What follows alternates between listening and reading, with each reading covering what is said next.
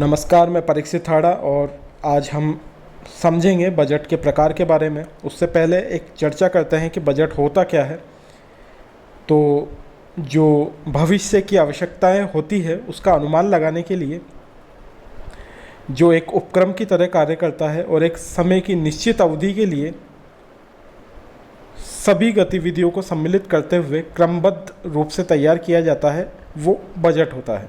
सरल शब्दों में अगर मैं कहूँ तो बजट व्यवसाय के निर्धारित लक्ष्यों को प्राप्त करने के लिए जो क्रियाकलापों का पूर्वानुमान लगाया जाता है उसे हम बजट कह सकते हैं। तो बजट एक प्रकार का अनुमान ही है, पूर्वानुमान ही है, जो किसी विशिष्ट भावी अवधि के लिए हम पहले से लगाते हैं।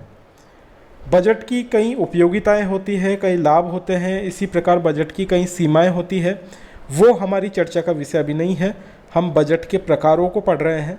तो बजट के प्रकार कितने होते हैं और किस आधार पर हम उनको बांटते हैं, इसे हम समझते हैं। तो देखिए, जब कोई भी व्यवसाय शुरू करता है तो उसको एक तत्व का सामना करना पड़ता है जिसे हम बोलते हैं जोखिम तत्व, रिस्क फैक्टर। और इस रिस्क फैक्टर के विद्यमान होने के कारण व्यवसायी को हमेशा सावधान भी रहना पड़ता है, क्योंकि वो इस रिस्क फैक्टर को छोड़ भी नहीं सकता। कहावत है नो रिस्क नो गेन। तो व्यवसायी को जोखिम नहीं तो लाभ नहीं, इस सिद्धांत पर कार्य करना ही पड़ता है। इसलिए अब व्यवसायी के लिए यह महत्वपूर्ण हो जाता है कि इस जोखिम को समाप्त तो नहीं किया जा सकता। ये तो हम सब जानते हैं, व्यवसाय के अंदर जो जोखिम होता है उसे बिल्कुल समाप्त नहीं किया जा सकता। लेकिन आधुनिक युग में, वर्तमान युग में इतनी सारी तकनीकें एक व्यवसायी के पास उपलब्ध होती है कि वो इस रिस्क फैक्टर को ख़त्म नहीं कर सकता तो कम से कम बिल्कुल न्यूनतम कर सकता है, मिनिमम कर सकता है। अब जोखिमों को या अनिश्चितताओं को कम करना या न्यूनतम करना, इसके लिए एक सबसे सुलभ जो टेक्निक है वो है बजट। जी हाँ, बजट के द्वारा ये किया जा सकता है। और एक व्यवसायी के पास अनेक प्रकार के लक्ष्य हो सकते हैं, अनेक प्रकार के उद्देश्य हो सकते हैं, और इन अलग अलग प्रकार के उद्देश्यों, लक्ष्यों को पूरा करने के लिए बजट भी अलग अलग तरीके से बनाए जा सकते हैं। तो बजट का कोई एक निश्चित प्रकार नहीं होता। हम बजट का वर्गीकरण देखें तो यहाँ आप चित्र में देख सकते हैं 6 प्रकार के बजट तो यहाँ पे ही है, और इसके अलावा भी बहुत सारे बजट हो सकते हैं। जैसे अगर हम समय के आधार पे बजट को बांटें तो 3 प्रकार के बजट हो सकते हैं: दीर्घकालीन बजट, अल्पकालीन बजट और चालू बजट, जो करंट ईयर में क्या चल रहा है उसके बारे में बताएगा।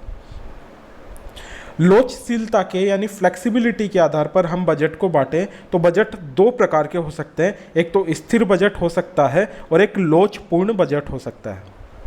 इसी प्रकार हम सीमा के आधार पर बजट को बांट सकते हैं, जो पूर्ण बजट और आंशिक बजट के रूप में हो सकते हैं।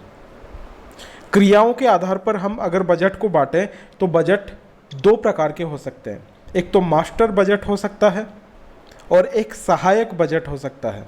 अब ये सहायक बजट भी बहुत प्रकार के हो सकते हैं, जैसे विक्रय बजट, प्रोडक्शन जो बजट होता है, कॉस्ट बजट होता है, फाइनेंशियल बजट होता है जो कैश बजट और कैपिटल एक्सपेंडिचर बजट के प्रकारों में बटा हुआ होता है। तो इस प्रकार से बहुत सारे बजट के प्रकार होते हैं। एक प्रकार अनुपूरक बजट भी हो सकता है। इन सब के बारे में हम चर्चा करेंगे। तो चलिए हम स्टार्ट करते हैं। टाइप्स ऑफ बजट्स, बजट के प्रकार, कितने प्रकार के होते हैं बजट। उसमें सबसे पहला जो बजट का प्रकार है वो है विक्रय बजट, सेल्स बजट। विक्रय बजट बहुत महत्वपूर्ण बजट है। इसके आधार पर अन्य सभी बजट तैयार किए जाते हैं। इसलिए महत्वपूर्ण है क्योंकि विक्रय बजट तैयार होगा, उसके आधार पर ही दूसरे बजट तैयार होंगे। इस बजट में बिक्री का अनुमान लगाया जाता है और उसमें होने वाले खर्चों के अनुमान का ब्यौरा भी इस बजट में दिया होता है। ये बजट अवधि के लिए किए जाने वाले विक्रय परिणाम एवं मूल्यों का पूर्वानुमान होता है। अगर संक्षेप में कहा जाए कि विक्रय बजट में बिक्री की मात्रा, विक्रय व्यय, विक्रय से प्राप्त राशि तथा विक्रय व्यय का प्रबंध आदि का पूर्वानुमान लगाया जाता है। इस बजट का निर्माण विक्रय प्रबंधक द्वारा किया जाता है। बिक्री का अनुमान लगाते समय उसे विक्रेताओं और विक्रय अधिकारियों में परामर्श आवश्यक लेना चाहिए तथा पिछले वर्ष की बिक्री के आंकड़ों का ध्यान रखकर भविष्य की मात्रा का निर्धारण करना चाहिए। जो विक्रय बजट बनाया जाता है वो बहुत महत्वपूर्ण होता है और उसके महत्वपूर्ण होने के पीछे क्या कारण है उन्हें हम समझते हैं। पहला कारण है जो विद्यमान संपत्तियां हैं उनका प्रतिस्थापन करने के लिए। दूसरा है मांग में वृद्धि के कारण उत्पादन में वृद्धि से निपटान के लिए अतिरिक्त संपत्तियों को क्रय करने के लिए। तीसरा है उत्पादन लागत को कम करने के लिए अच्छे संयंत्रों की स्थापना करने के लिए। तो यह बजट दीर्घकालीन व अल्पकालीन दोनों ही प्रकार का हो सकता है। इसी प्रकार विक्रय प्रबंधक को इस बात का भी पूर्वानुमान लगाना चाहिए कि कितनी बिक्री नगद होगी या कितनी बिक्री उधार होगी।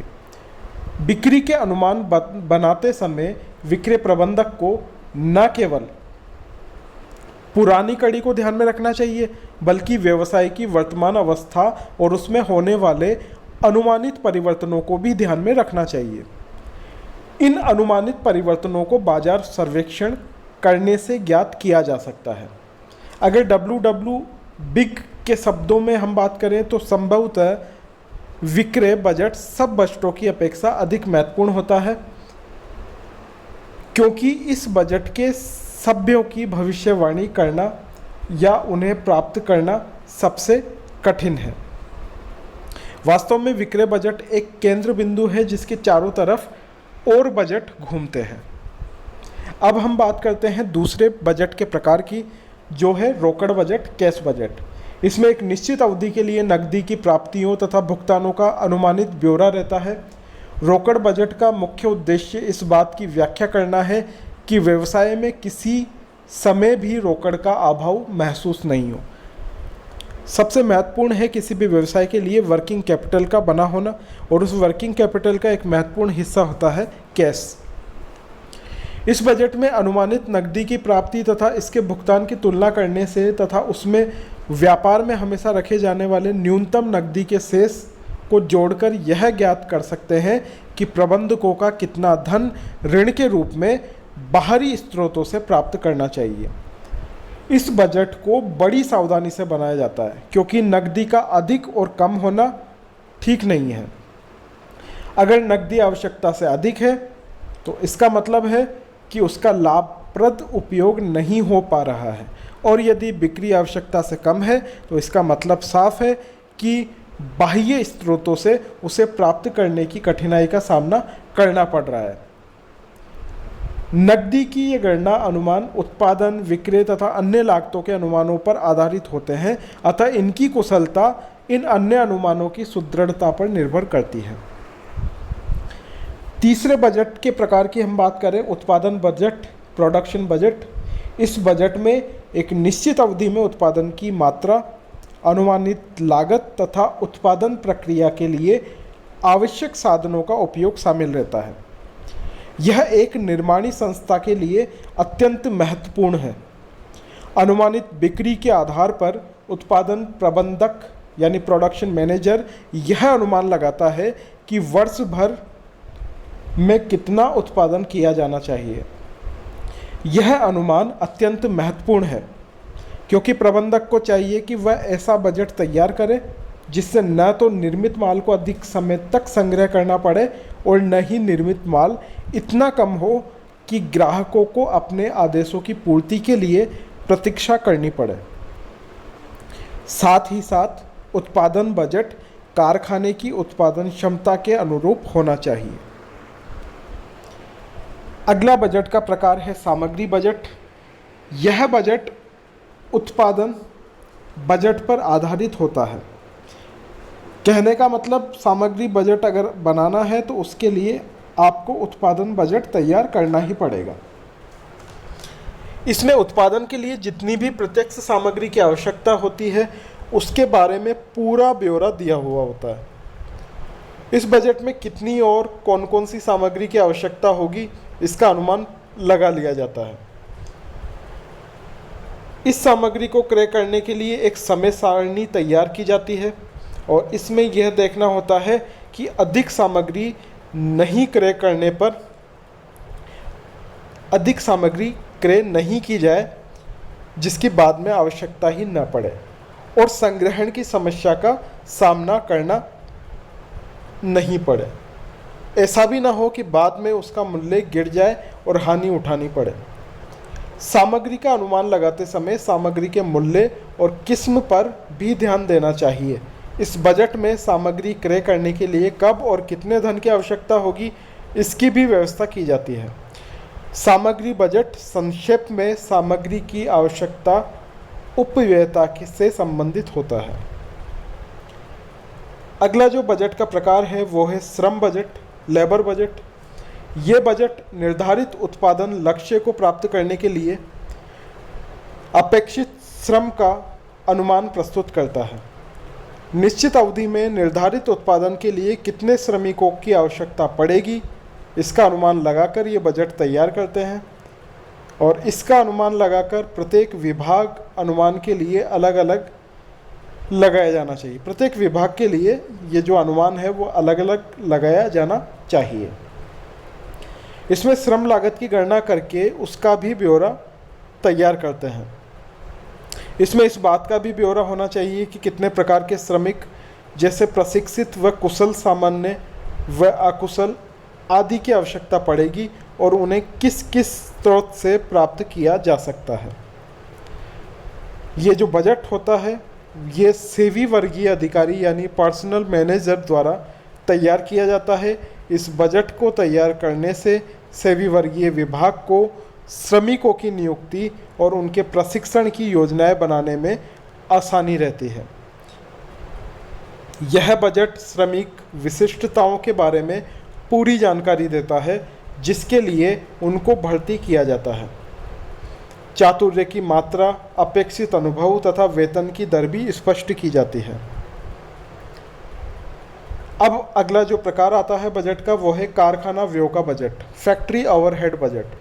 यह बजट फैक्ट्री ऊपरी व्यय जो बजट अवधि में किए जाने हैं उनका अनुमान प्रस्तुत करता है। इस बजट में अप्रत्यक्ष सामग्री के जो खर्चे होते हैं, अप्रत्यक्ष श्रम की लागत होती है तथा जो अप्रत्यक्ष फैक्ट्री के खर्चे होते हैं उनको शामिल करते हैं।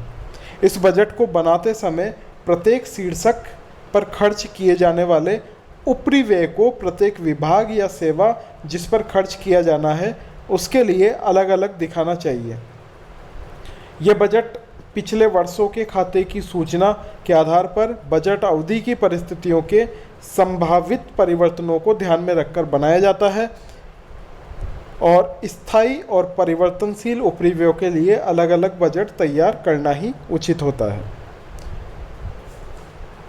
संयंत्र और अन्य साजो सामान का जो बजट होता है, व्यवसाय में मूल्यवान संयंत्र प्रयोग में लाए जाते हैं और उनका उत्पादन अधिकतर मशीनों की मदद से किया जाता है।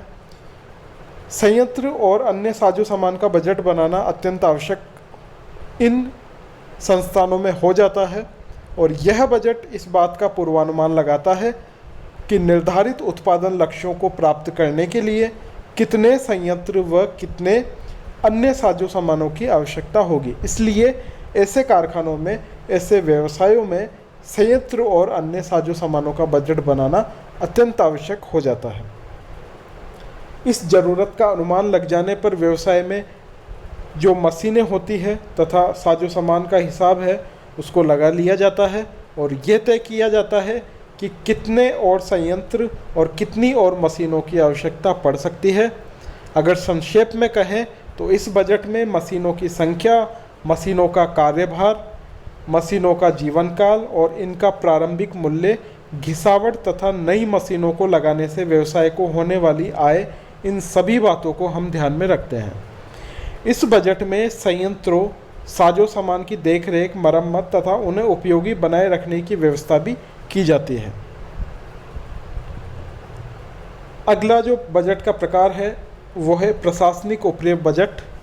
प्रशासनिक उपरिव्यय बजट यानी एडमिनिस्ट्रेटिव ओवरहेड बजट ये संस्थागत नीतियों के निर्धारण, निर्देशन और व्यापारिक क्रियाओं के नियंत्रण पर किए जाने वाले खर्चे से संबंधित होता है।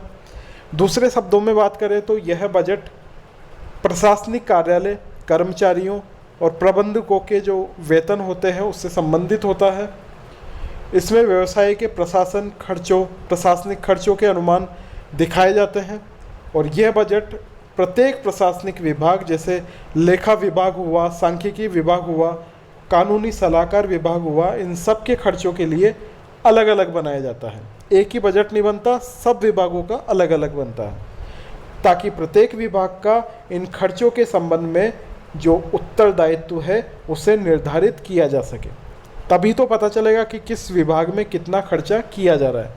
इसलिए हर विभाग का अलग अलग ये प्रशासनिक उपरिव्यय बजट तैयार किया जाता है।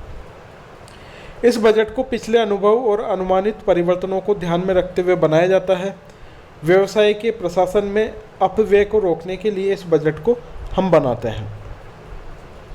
अगला जो बजट का प्रकार है वो है शोध और विकास budget, research and development budget. एक अच्छे व्यावसायिक संस्थान के लिए शोध कार्य बहुत ज़रूरी है, ये हम जानते हैं। और वर्तमान समय में जो रिसर्च और डेवलपमेंट इकाई होती है वो प्रत्येक विभाग के लिए बहुत ज़रूरी हो गई है और इसमें अच्छा खासा पैसा खर्च किया जाता है, तो इसके लिए बजट बनाना बहुत ज़रूरी है। तो शोध द्वारा लागत खर्च को कम किया जा सकता है, नए नए उत्पाद ढूंढे जा सकते हैं और पुराने उत्पादों में सुधार लाया जा सकता है। समय और फैशन के अनुसार वस्तु के गुण व रूप में परिवर्तन लाया जा सकता है।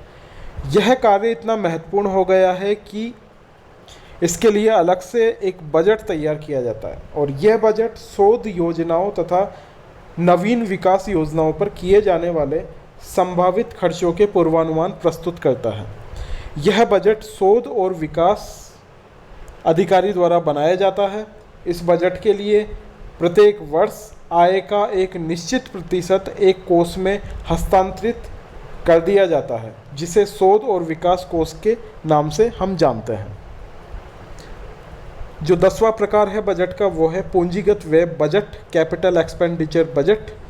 यह बजट स्थायी संपत्तियों को प्राप्त करने के लिए पूंजीगत खर्चों का अनुमान प्रस्तुत करता है और इसमें उस अनुमानित पूंजी व्यय का ब्यौरा रहता है जो प्लांट, मशीनरी, भूमि या भवन आदि स्थायी संपत्तियों पर खर्च किया जाना है। इसके साथ ही उनके रख रखाव पर किए गए खर्चों का ब्यौरा भी इसमें शामिल होता है। अब जो सबसे महत्वपूर्ण बजट है मास्टर बजट, सब बजटों का बजट। यह मास्टर बजट क्या होता है इसे हम समझते हैं। मास्टर बजट की परिभाषा को सबसे पहले हम समझते हैं। ICWA इंग्लैंड द्वारा जो परिभाषा दी गई है उसे हम समझते हैं। मास्टर बजट विभिन्न क्रियात्मक बजटों को सम्मानित करते हुए सारांश बजट है। इसमें सारे क्रियात्मक बजट हैं वो सम्मिलित होते हैं, तो मास्टर बजट विभिन्न क्रियात्मक बजटों को सम्मिलित करते हुए सारांश बजट है। पूरी संस्था के लिए आवश्यकता अनुसार अनेक प्रकार के बजट बनाए जाते हैं, फिर उसको समन्वित करके पूरी संस्था के लिए एक बड़ा बजट तैयार किया जाता है जिसे हम मास्टर बजट के नाम से जानते हैं। यह बजट पूरी संस्था के उद्देश्य को प्राप्त करने में सहायता पहुंचाता है। इसके द्वारा संस्था की दृष्टि से सभी बातें, योजनाएं, कार्यक्रम, लक्ष्य, उद्देश्य ये सभी सुनिश्चित और स्पष्ट हो जाते हैं और इसी के आधार पर संस्था की अनुमानित आय व्यय का पता लगाकर अनुमानित लाभ का भी हम पता लगा सकते हैं। इसके आधार पर ही संचालक मंडल कंपनी की लाभांश नीति तथा दीर्घकालीन विकास योजनाएं निर्धारित करते हैं। यह बजट प्रत्येक विभाग के लिए कुशलता का स्तर निर्धारित करता है। यह बजट अधिकारी द्वारा बनाया जाता है। बजट समिति के सदस्य पहले इसका अनुमोदन करते हैं, उनके अनुमोदन के बाद इसे संचालक मंडल से अंतिम अनुमोदन के लिए पेश किया जाता है और संचालक मंडल की स्वीकृति के बाद अन्य सहायक बजट क्रियात्मक रूप धारण करते हैं। लोच के आधार पर हम बजट को दो भागों में बांट सकते हैं, जैसा कि हमने बात की थी। और लोच के आधार पर जो बजट का पहला प्रकार है वो है स्थायी बजट, मतलब फिक्स्ड बजट। स्थायी बजट क्या होता है? इसमें एक ही क्रियाशीलता का स्तर पे यह तैयार किया जाता है।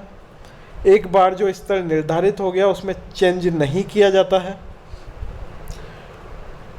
और इस प्रकार के बजट की सफलता उत्पादन, विक्रय, आय व्यय के अनुमानों की निश्चितता पर निर्भर करती है। इस प्रकार के बजट संस्था के लिए उपयोगी नहीं होते हैं, अधिक उपयोगी नहीं होते हैं। उसका कारण ये होता है कि जो मांग में परिवर्तन है, बाजार की दशाओं में परिवर्तन है आदि के कारण उत्पादन की मात्रा और क्रियाशीलता के स्तर में परिवर्तन होता रहता है, जबकि इस बजट में हम पहले से ही क्रियाशीलता का एक स्तर है वो फिक्स कर देते हैं। तो जो चेंजेस हो रहे हैं वर्तमान परिस्थितियों में, चाहे वो उत्पादन की मात्रा में हो या क्रियाशीलता के स्तर में हो, वो सब परिवर्तन हम इस स्थायी बजट में शामिल नहीं कर पाते हैं, और इस कारण से यह व्यवसाय के लिए अधिक उपयोगी नहीं होता है। जबकि ये जो दूसरा बजट है, लोचदार बजट, फ्लेक्सिबल बजट, इसके बिल्कुल उलट होता है, बिल्कुल विपरीत होता है, क्योंकि इसमें उत्पादन या विक्रय के बहुत सारे स्तरों पर एक साथ अनेकों बजटों का निर्माण किया जाता है। बिक्री के हर स्तर पर, उत्पादन के हर स्तर पर एक साथ बहुत सारे बजट बनाए जा सकते हैं। लोचदार बजट इस मान्यता को ध्यान में रखकर बनाते हैं कि क्रियाशीलता का वास्तविक स्तर स्थिर न होकर परिवर्तनशील होता है। यह बजट अधिक व्यवहारिक होते हैं तथा उन व्यवसायों में अधिक उपयोगी होते हैं जहां पर उत्पादन मौसमी या ग्राहकों की रुचि और फैशन के परिवर्तन से प्रभावित होते हैं। तो जहां पर रुचि, फैशन या फिर मौसमी आधार के व्यवसाय हैं, उन व्यवसाय के लिए तो ये जो लोचदार बजट होता है वो बहुत ज़रूरी होता है, और ऐसे व्यवसायों को इस बजट को बनाना चाहिए। ICMA लंदन ने इस बजट की परिभाषा इस तरह से दी है कि लोचदार बजट वह बजट है जो इस प्रकार बनाया जाता है कि क्रियाओं के विभिन्न स्तरों के अनुसार उसमें परिवर्तन होता रहे। धन्यवाद।